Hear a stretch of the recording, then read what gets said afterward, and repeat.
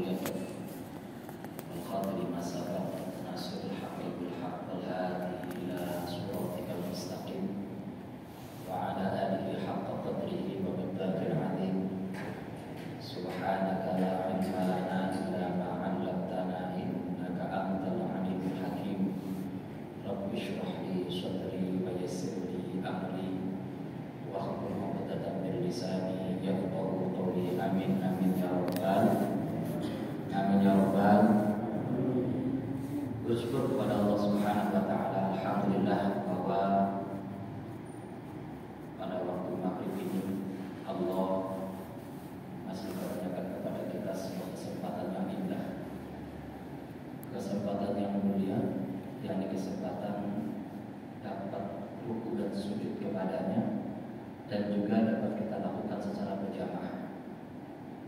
Salat berjamaah khairun min salatil fardh bisa 27 darajah.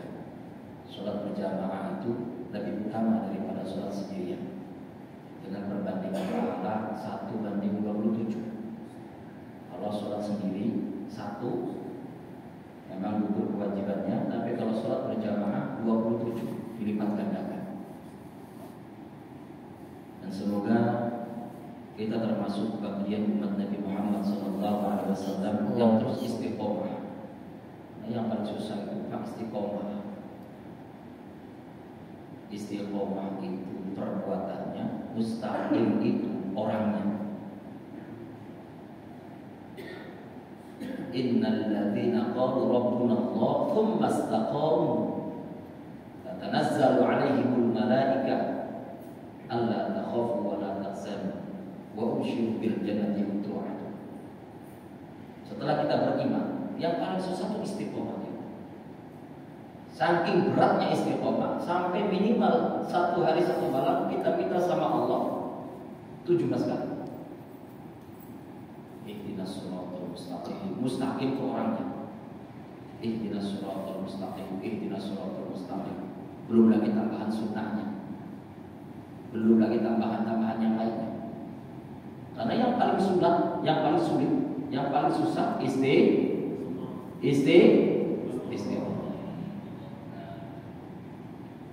Salawat dan salam semoga tetap tercurahkan kepada baginda Muhammad sallallahu alaihi wasallam. Kita berharap kita adalah umatnya Nabi Muhammad dengan segala kekurangan kita, dengan segala kealpaan kita, dengan segala kesilapan kita, di akhirat tetap Nabi Muhammad mengakui kita sebagai umatnya. Karena sama-sama kita paham, sama-sama kita tahu, saat itu ketika kita kumpul di mahsyar, tidak ada lagi seseorang yang bisa menolong kita kecuali Sayyidina Muhammad SAW. Maka pertolongan Nabi Muhammad disebut syafa'atul uzma, pertolongan yang paling agung. Dan syafaat Nabi berlaku hanya diperuntukkan kepada umatnya. Maka kita berharap ya Pak, kita termasuk umatnya Nabi Muhammad yang dapat syafaat. Dapat syafaat. Saudara-saudara rahmat Allah Subhanahu wa taala. Kemudian beberapa hari lagi, sekarang tanggal berapa? 25 ya? 25. Kemarin saya salah tanggal. Saya sudah kesini kirain malam Sabtu kemarin. Ternyata ngajinya malam ini karena kesalahan. Dan sebenarnya kemarin malam itu justru jadwal saya di tempat lain, Bagus Salam.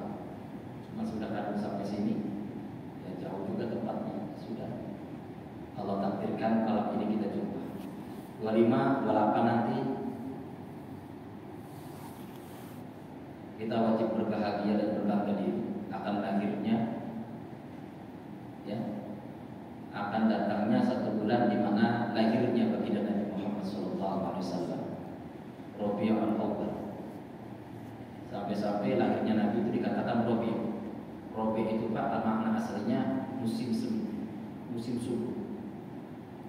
Ada dalam hadis riwayat Al-Baihaqi dikatakan ketika Nabi Muhammad SAW lahir, alam semesta ini subur mendadak.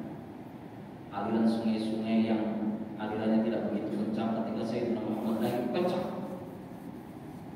Kurma-kurma yang masih mekal tiba-tiba matang.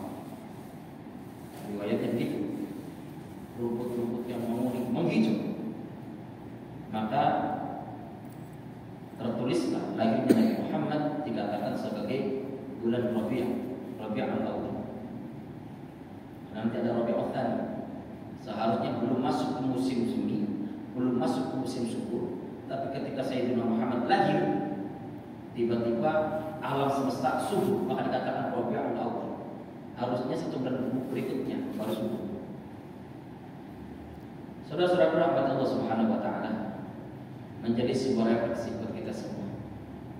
Menjadi sebuah refleksi. Yang pertama bahwa lahirnya Nabi Muhammad SAW ini sebagai rahmat. Wa ma arsalnaka illa rahmatan lil alamin. Betul Nabi Muhammad sudah terpisah dengan kita jasadnya. Tapi rahmat tidak akan pernah mati. Dan Nabi Muhammad diutus ke muka bumi rahmat terbesar untuk alam semesta.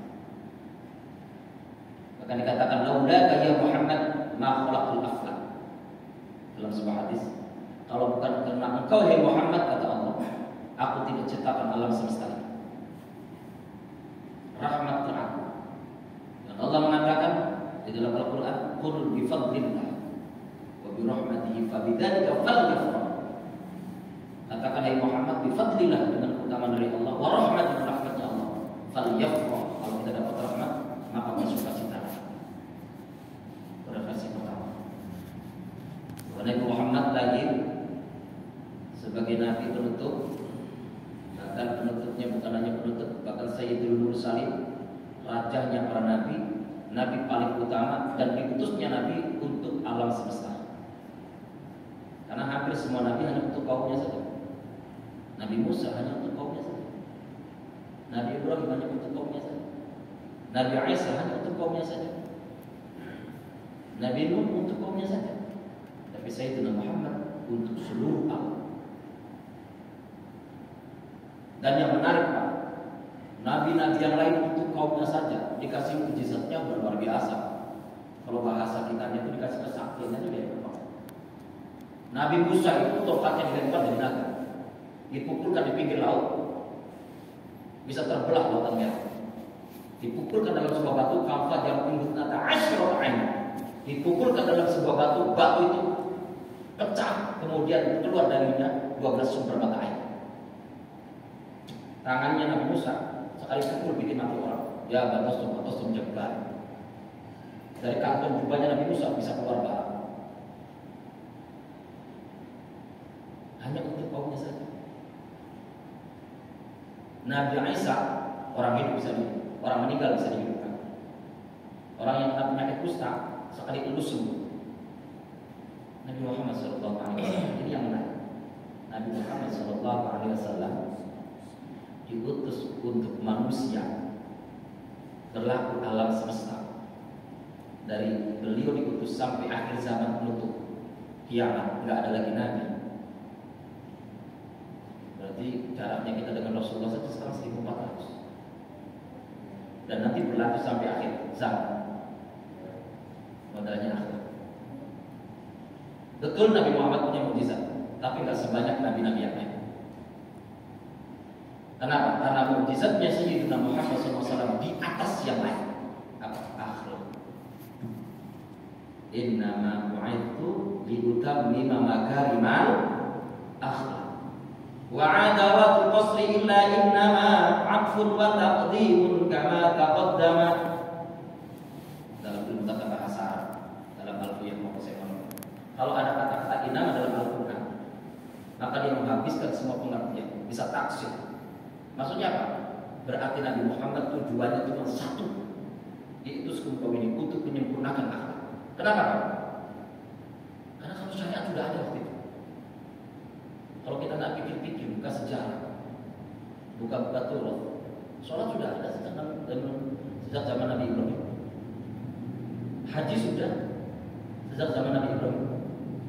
Puasa sudah ada sejak zaman Nabi Daud. Bahkan Nabi Musa sudah ada puasa, Nabi Isa sudah puasa. Zakat sudah ada sejak zaman Nabi Musa. Kurban sudah ada sejak zaman Nabi Adam. Rasulullah hanya menyempurnakannya saja. Dan kesempurnaan dari setiap syariat Allah akhlak. Maka ada iman, Islam, ihsan. Iman ini keyakinan, Islam itu kepatuhan, Ihsan itu ketinggian akhlak. Ka'annaka tarallahu fa in lam takun tarahu fa innahu yarak. Yang membedakan kita sholat tadi Pak, bukan lama dan singkatnya ruku sujud. Asal Bapak tahu. Yang membedakan catatan pahala kita di sisi Allah sholat kita tadi adalah siapa di antara kita yang paling berkualitas nilai keikhlasannya, nilai kekhusyuannya, nilai ketadarruannya, tadarrunya. Itu yang bisa mempengaruhi kualitas.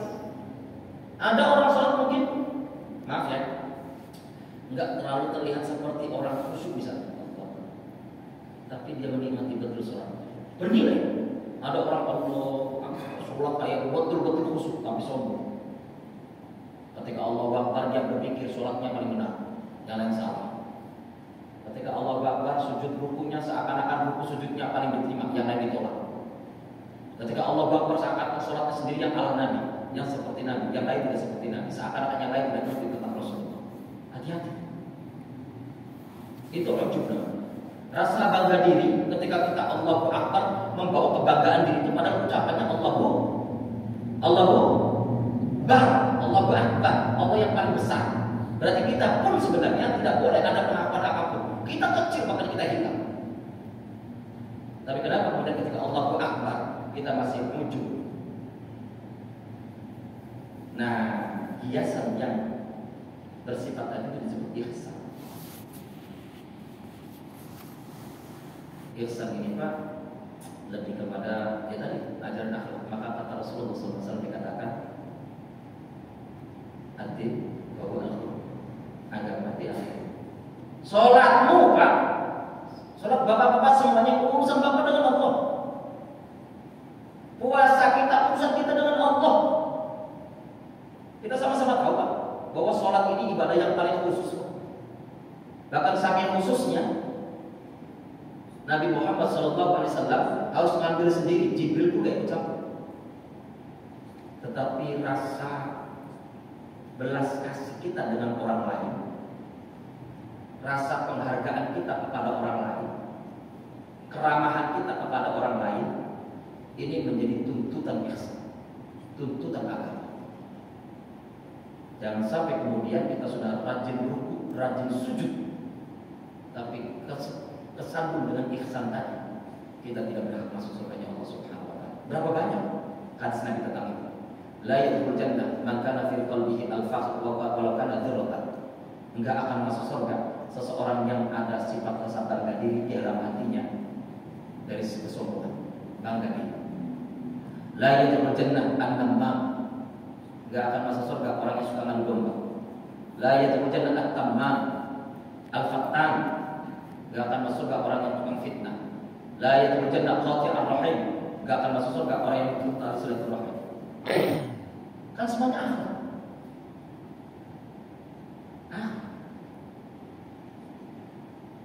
Asal Bapak tahu, kalau kita buka sejarah, gembongnya munafik di zaman Nabi itu namanya Abdullah bin Ubay bin Salul. Kalau Nabi Muhammad sholat, ikut sholat. Nabi Muhammad perang, ikut perang. Walaupun ya sholatnya sholat biasa saja. Walaupun perangnya pun perang-perangan aja. Karena kalau sudah berangkat nanti tengah jalan dia ngegosip. Kamu kan baru nikah kemarin, pakai ikut juga. Iya. Kasihan istrimu. Nanti datang lagi ke orang lain. Bukankah ibu kamu tuh udah tua? Kamu udah perang juga. Iya. Aduh, lebih baik kamu urus ibu kamu. Ngegosip. Secara jasmaninya Pak, secara fisik nih, Abdullah bin Ubay bin Salul bersama dengan Nabi Pak. Asal Bapak tahu, bahkan ketika meninggal dunia pun kain kafannya itu dari sorbannya Nabi Muhammad SAW. Dia meminta sorbannya Nabi untuk jadi kain kafan. Maka memang sempat diprotes sama Sayyidah Aisyah radhiyallahu anha. Ya Rasulullah, kau kan tahu dia ketemu Nabi. Kenapa kau sampai istimewakan? Kau copot sorbanmu dan kau bentangkan untuk jadi kain kafan.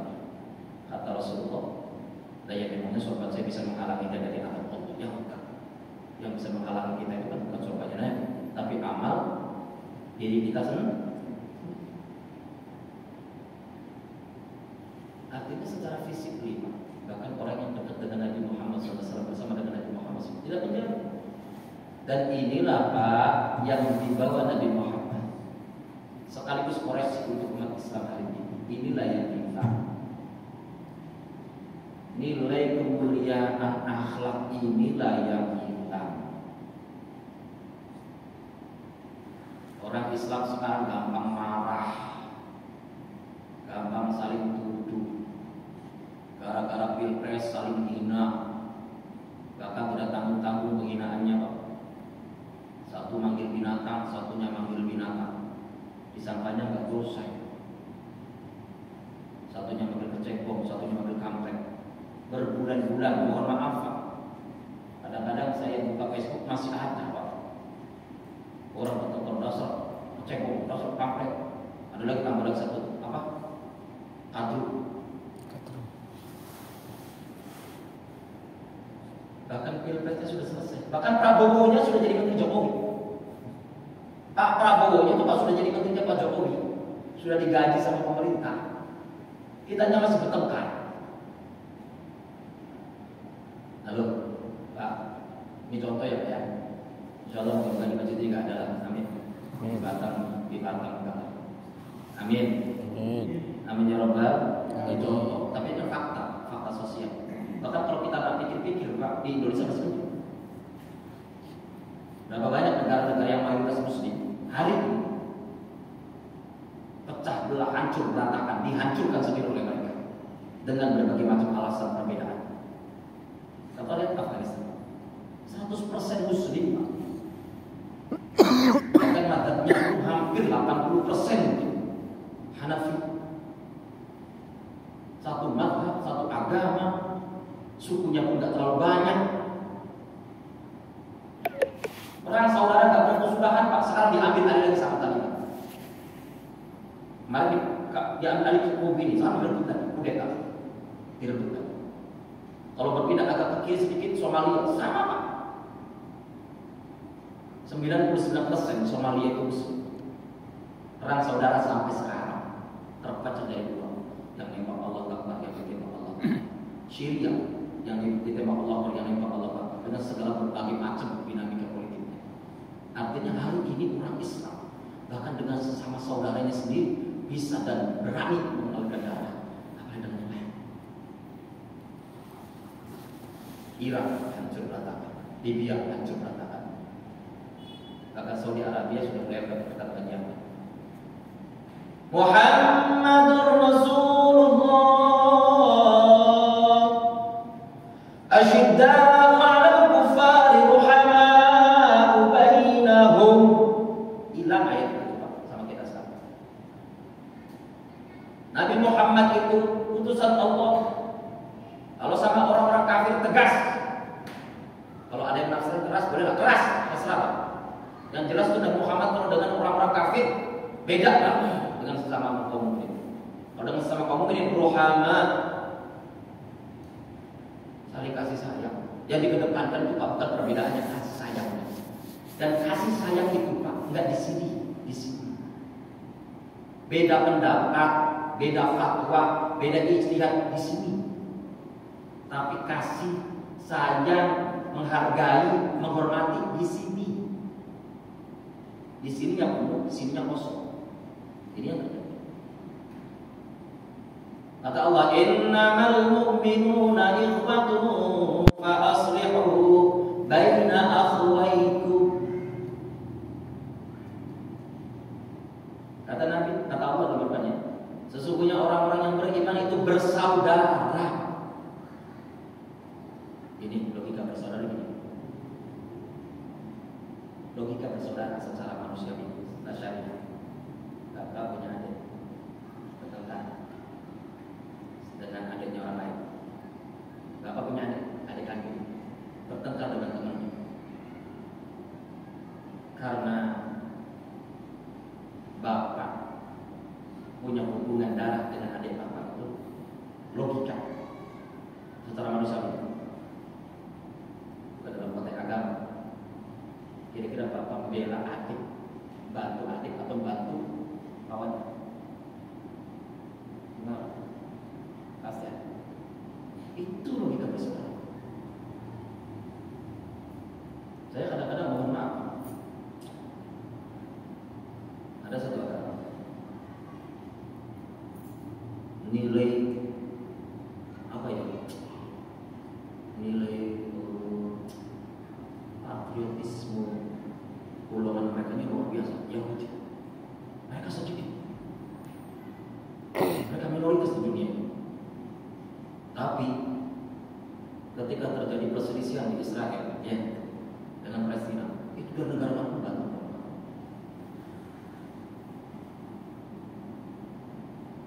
Kita juga membantu, enggak? Kita dikasih pecah. Jangankan persoalan politik, Pak. Di masjid, di rumahnya Allah, di hadapan Allah, beda takbir saja orang itu. Nah, ini istilahnya di fikih. Al-fiqhu wa al-fahm. Fikih itu pemahaman.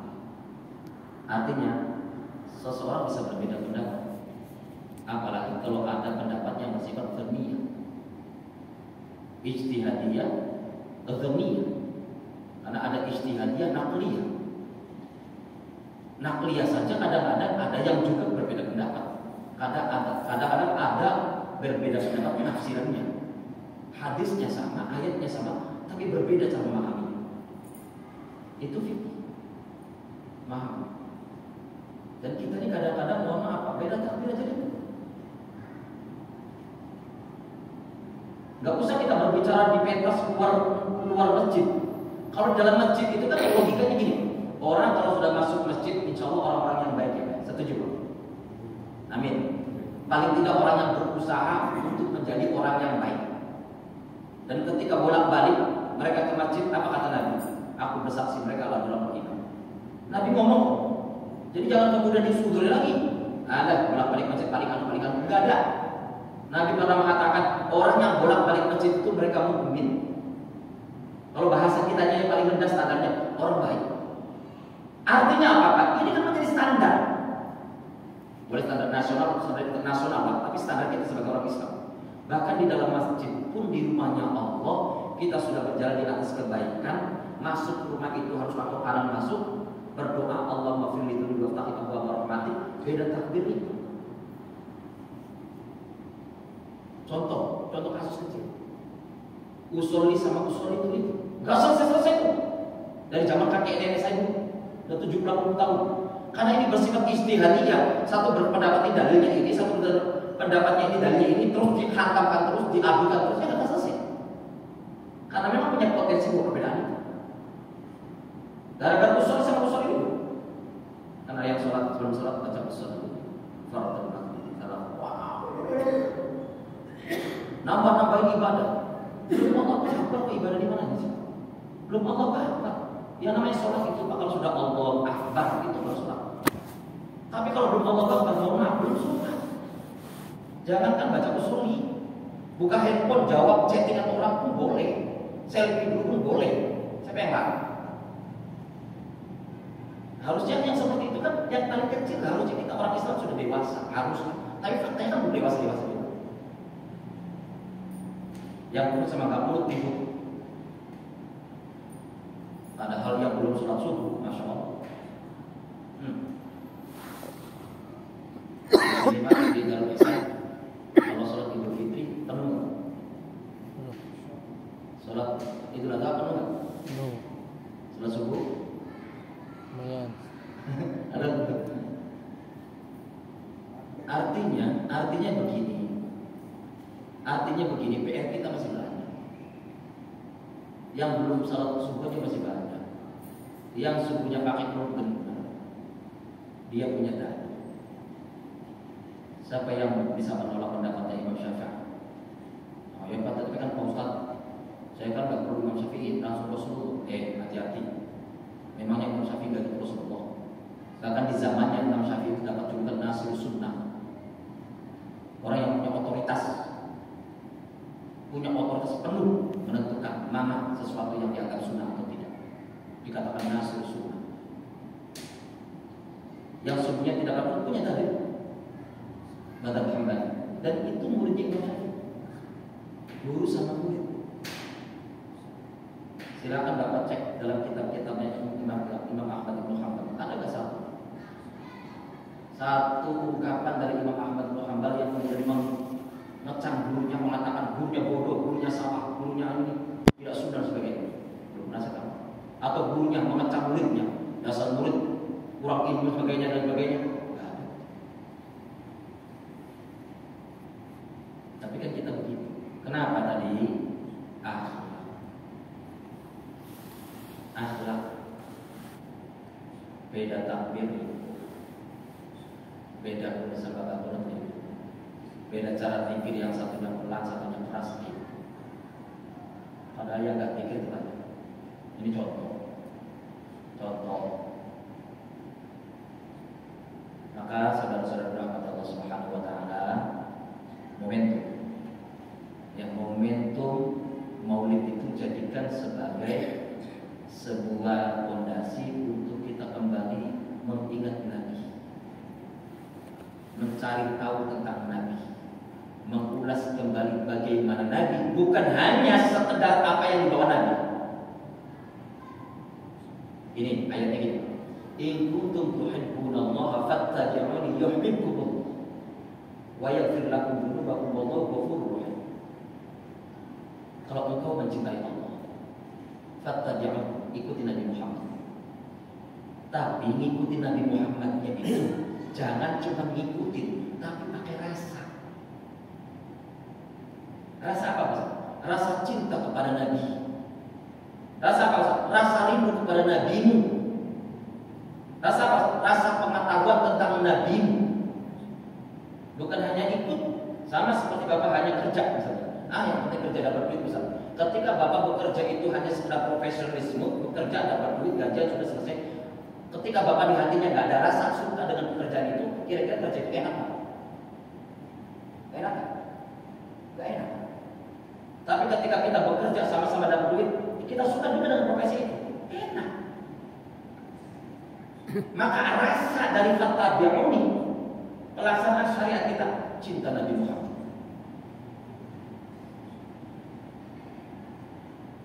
Sekarang sudah mulai ditutup. Sekarang sudah mulai nggak tahu gimana ceritanya. Nggak mau lagi orang buka tiba yang disusun oleh Syekh Abdul Rahman At-Tibai, seorang muhaddits, atau Barzanji yang disusun oleh Syekh Abdul Jalil Al-Barzanji, seorang muhaddits dari Madinah, dengan kalimat-kalimat sastra.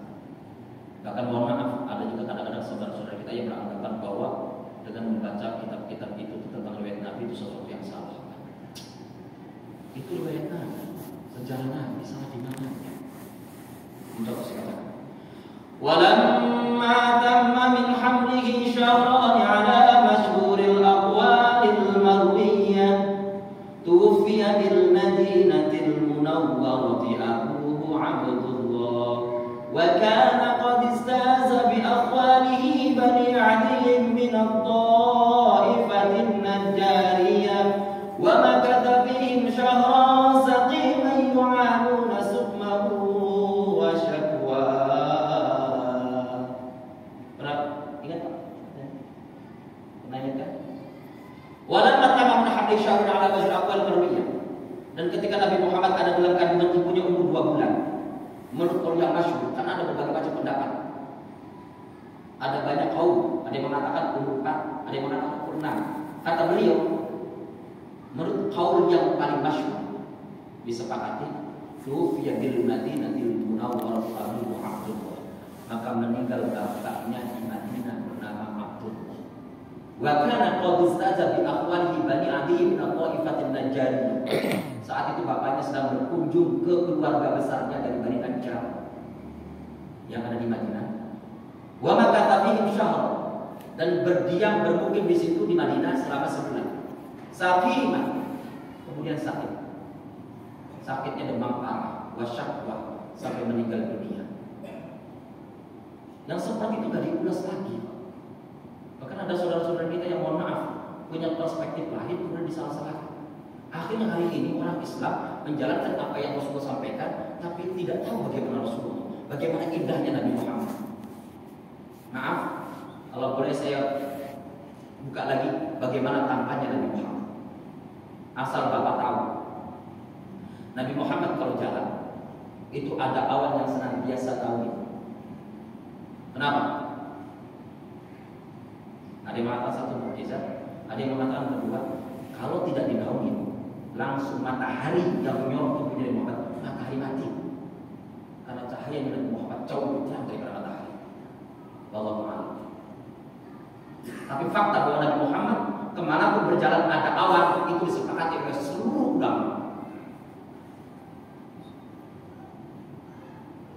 Nabi Yusuf tampan. Nabi Yusuf tampan. Saking tampannya Nabi Yusuf itu, bahkan majikan perempuannya pun nak proposal Nabi Yusuf. Perempuan nak proposal laki-laki. Ketika jadi gosip, kata Zulaikha, istrinya seorang gubernur itu yang nak proposal Nabi Yusuf, jadi omongan pas satu kota itu. Apa kata Zulaikha? Kalian nggak tahu kayak apa tampaknya Yusuf. Kumpul kalian di lapangan. Ketika kalian nanti sudah kumpul di lapangan, saya kasih kalian buah-buahan. Ada yang mengatakan bakso, bawang, nanti saya kasih pisau. Jadi perempuan itu Pak dikasih pisau, dikasih bau. Ketika mereka sedang lepas, Nabi Yusuf suruh pulang balik. Saking tampannya Nabi Yusuf, dia dipotong tangannya. Para ulama mengatakan, andai kata saat itu yang lewat adalah Nabi Muhammad, maka kaum wanita tadi itu yang dipotong bukan tangannya, tapi yang dibelah dadanya, yang dipotong adalah jantungnya dan diserahkan kepada Nabi Muhammad dan tidak sadar. Kenapa? Tampaknya Rasulullah, tampaknya Nabi Muhammad 10 kali lipat dari Nabi Yusuf. Tampaknya Nabi Muhammad itu 10 kali lipat. Maka dikatakan oleh banyak perawi, seakan-akan Rasulullah itu ketika diciptakan sama Allah itu pesan hidungnya kayak gini, bibirnya kayak gini, saking sempurnanya Nabi Muhammad. Ini sedikit pengetahuan tentang Nabi Muhammad. Bahkan kalau kata Imam Ghazali rahmatullah alaih, 10 perbedaan kita dengan Nabi Muhammad. Jadi dikatakan dalam Al-Quran Muhammadur ana basyarun mithlukum. Ana basyarun mithlukum yuha ilayya. Kata Allah dalam Al-Quran yang itu menerangkan tentang Nabi, saya ini manusia semisal kalian, bukan sama, semisal. Semisal itu gak sama tadi. Mirip.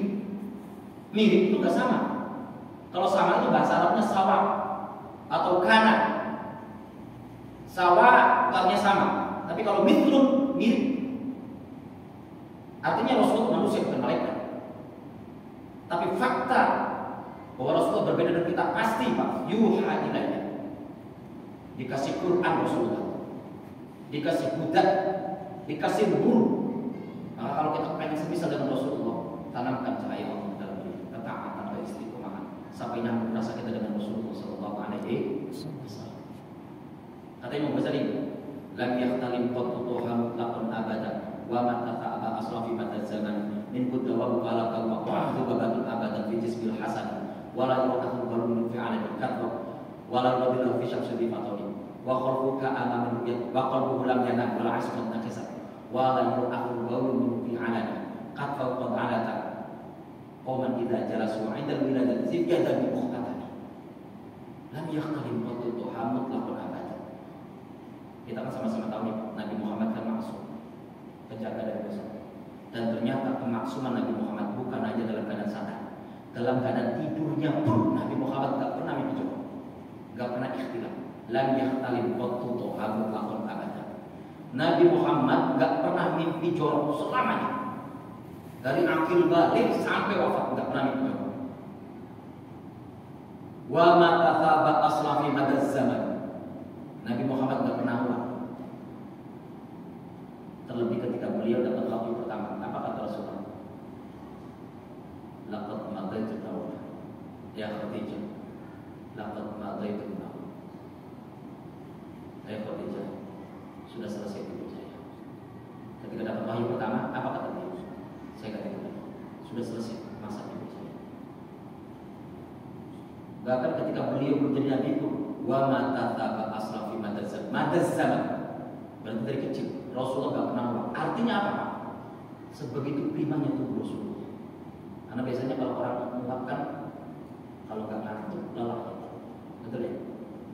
Halo, halo, ngantuk semua nih. Serius sekali. Saya kayak lagi ujian skripsian, Pak. Ngantuk namanya. Biasanya kalau orang menguap itu kan biasanya kalau nggak lelah, ya ngantuk biasanya. Rasulullah nggak pernah menguap. Artinya, ya Allah, secara anatomi itu Rasulullah SAW seakan-akan menunjukkan tidak pernah lelah. Organnya sempurna. Min huddawa bufalam tahu waqa'at. Rasulullah kalau lewat depan binatang gak lewat. Artinya bahkan makhluk yang tidak punya akal mengerti ini makhluk mulia. Asal bapak tahu Abu Jahal. Abu Jahal itu nama aslinya Amr bin Hisham. Nasib klannya Rasulullah. Bahkan dikatakan nasib pamannya Abu Lahab juga sama. Sedikit orang Arab. Orang pintar. Abu Hakam atau Abu Jahal. Orang pintar. Itu paling benci Nabi, paling menghujat Nabi. Kalau Nabi Muhammad dapat wahyu, dia bisa Pak mendistorsikan ayat sehingga orang-orang yang tidak mendengar langsung dari Rasulullah, orang akan ragu. Atau bahkan ketika orang bisa mendengar dari Rasulullah, illa hidayah, atau hidayah yang tertangkap dalam dirinya, itu kemudian bisa bimbang. Kenapa? Karena Quran dan bisa diisulit pemahaman pengertian kebenarannya oleh Abu Jahal, orang pintar. Bahkan Abu Jahal itu tidak ada hari kecuali bagaimana mikirkan guru Nabi Muhammad.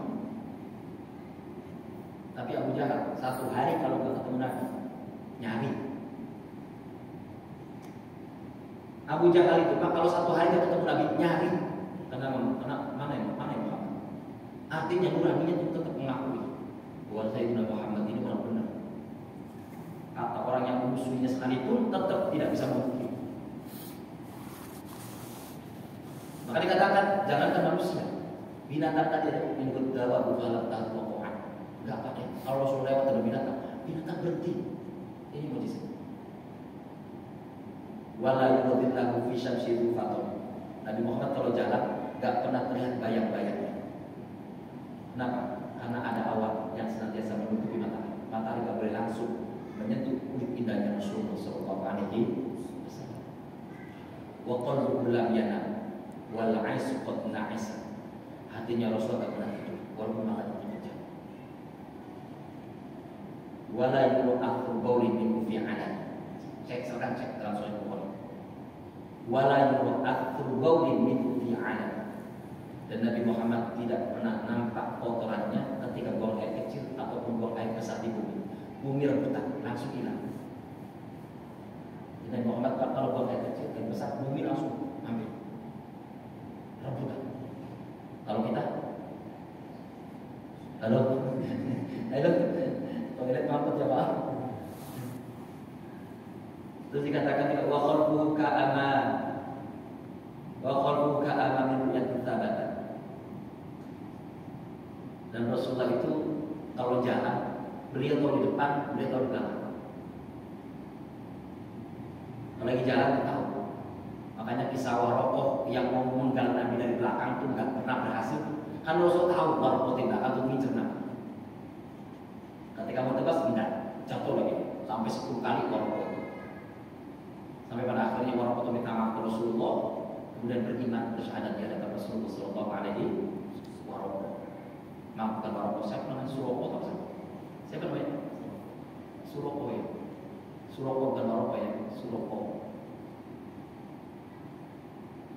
Tafaqat ala taqaman minta jelas Mu'indal bilad sifiyat tadi muhtada. Ini masih kata Imam Ghazali.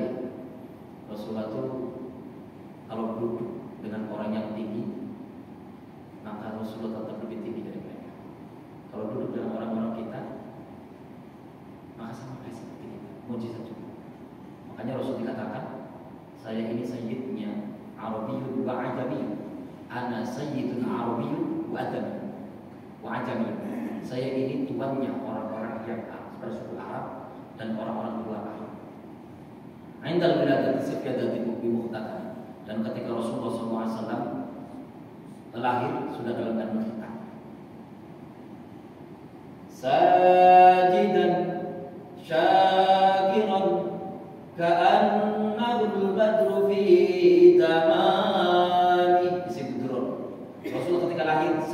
sajidan, langsung sujud.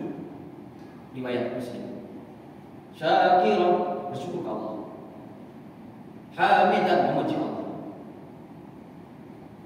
Bahkan cahaya Nabi Muhammad SAW ketika lahir, ka'annahu badrun fi taman, seperti bulan purnama yang bisa lebih sempurna lagi daripada bulan purnama asli. Keindahan Nabi Muhammad SAW. Dan sudah dalam anak kita. Walaupun dalam riwayat yang lain dikatakan bahwa yang mengakhirkan Rasulullah itu akhirnya Abdul Muttalib.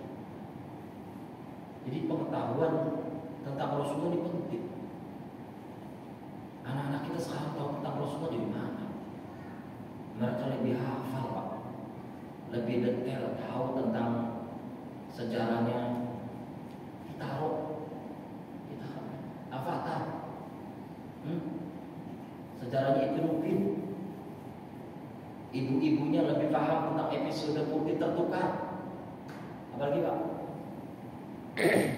ya, bapak-bapaknya senang mungkin episode film Kiam Satan, dan kita lupa tentang Rasul. Inilah yang kemudian hari ini ada yang hilang dari rasa kita. Kalau bapak pengen tahu dalam ilmu syariah, gitu ya, membedah ilmu hukumnya Allah, gak mungkin ada perbedaan. Bahkan Allah tantang dalam Al-Quran surah Al-Kahfi, "Lau kana al-bahru midadan li kalimati rabbi lanafidal bahru qabla an tanfada kalimatu rabbi walau ji'na bimithlihi madada." Kalau kamu datangkan lautan sebanyak tinta sebanyak lautan untuk mengukir ilmunya Allah, lanafidal bahru, lautan kering, qabla an tanfada kalimatu rabbi, walaupun sebelum tuntas ilmunya Allah ditulis. Walau ji'na bimithlihi madada, walaupun kamu datangkan tinta sebanyak lautan tadi, nggak akan selesai ilmunya Allah. Terus kita merasa paling benar sendiri, gimana ceritanya? Jadi ada yang rasa hina. Rasul ini baru satu nih Pak, ada 5 sebenarnya kalau kita mau beberkan lagi. Tapi mohon maaf Pak, saya bisa harus di Al-Firdaus karena habis sholat isya di sana ada tajis tinggi Rafiul Haddad. Mohon maaf, jadi kalau ada CCTV ya. Halo Pak, kayaknya serius sekali Pak. Nama saya Ahmad Sutarman Kamil. Kebetulan saya juga pembimbing umroh di PT SAS. Insya Allah akhir November berangkat, bawa jamaah juga. Bahkan kalau bapak-bapak yang ada yang mau ikut, ayo kembali bareng sama saya. Insya Allah gratis Pak daftarnya. Daftarnya gratis. Pas berangkat bayar. Saya juga imam masjid Al-Barokah di PTB 1 sudah 20 tahun. Saya juga pengasuh pondok pesantren Baharu Kamiliyah Bintan. Saya juga ketua ikatan persoalan imam masjid Kecamatan Saguling. Salam kenal dari saya, Ahmad Sutarman Kamil. Mohon maaf atas segala kekhilafan, kesalahan dan kekurangannya. Yang baik dan benar datangnya dari Allah, yang salah dan silap datangnya dari mulut saya. Wahdinas siratal mustaqim, istighfar 3 kali doa Allah majlis. Astagfirullahaladzim, astagfirullahaladzim, astagfirullahaladzim. Subhanallah wa bihamdika, asyhadu an la ilaha illa anta, astaghfiruka wa atubu ilaik. Assalamualaikum warahmatullahi wabarakatuh. Waalaikumsalam.